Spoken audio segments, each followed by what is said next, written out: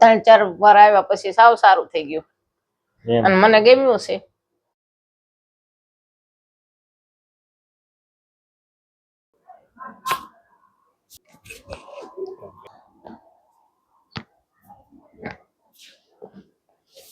અરે વાહ, ઓકે લીલું મેકજો, ઓકે લૂઝ મેકી જો બા.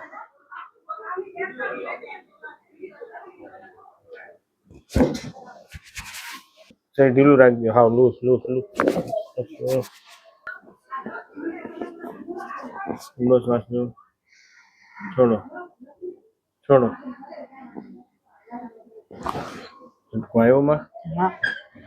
મિત્રો આપણી સાથે અત્યારે રંજન માતાજી છે.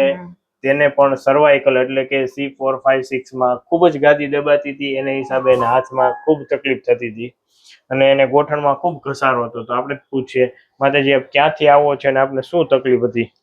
હું અમદાવાદ થી આવું છું, મેમનગર થી. પછી મને આ દુખાવો હતો, 3 મહિના જેવો મેં બહારથી દવા લીધી પણ કોઈ ફેર નહોતો. પછી તમારે ત્યાં સારવાર મળી, તેથી સારું છે.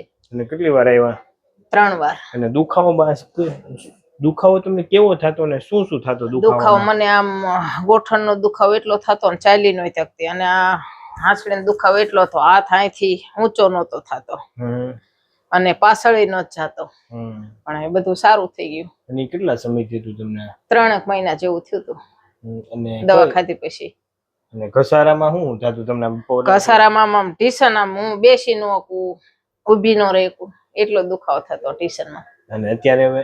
અત્યારે સારું, હાવ કાઈ નથી થતું. હા બેહી શકો, પલોઠી વાળી પણોઠી વાળી વાળો તો પલોઠી એક વાર. અરે વાહ, કાઈ નહીં તે કહું છું નકર હું આમ ઊભું થાવું મુશ્કેલી હતું એમ. તમે એમ કહેતા ગોઠણ પતી ગયા બા, હવે હાવ ગયા કે હું બીવી ગઈ હતી, પણ હાવ મટી ગયા, હારા થઈ ગયા, હારા થઈ ગયા. પણોઠી વાળો, હા તમારી કૃપા, ભગવાનની, માતાજીની. તો હવે કાઈ થતું નથી ને માતાજી? નહીં. તો આ વિડિયો YouTube માં મૂકી શકીએ માં? મૂકો. તમે શું કહીશો આપને જોવે એને? 3-4 વાર આવ્યા પછી સાવ સારું થઈ ગયું અને મને ગમ્યું છે. દવા, ઇન્જેક્શન, ઓપરેશન વગર? હા, દવા, ઇન્જેક્શન, ઓપરેશન વગર. હા, દવા ખાવી મને ગમતી નહોતી અને આ સાહેબે મટાડી દીધું વગર દવાએ. બરોબર. થેન્ક યુ માતાજી, ખૂબ ખૂબ ધન્યવાદ.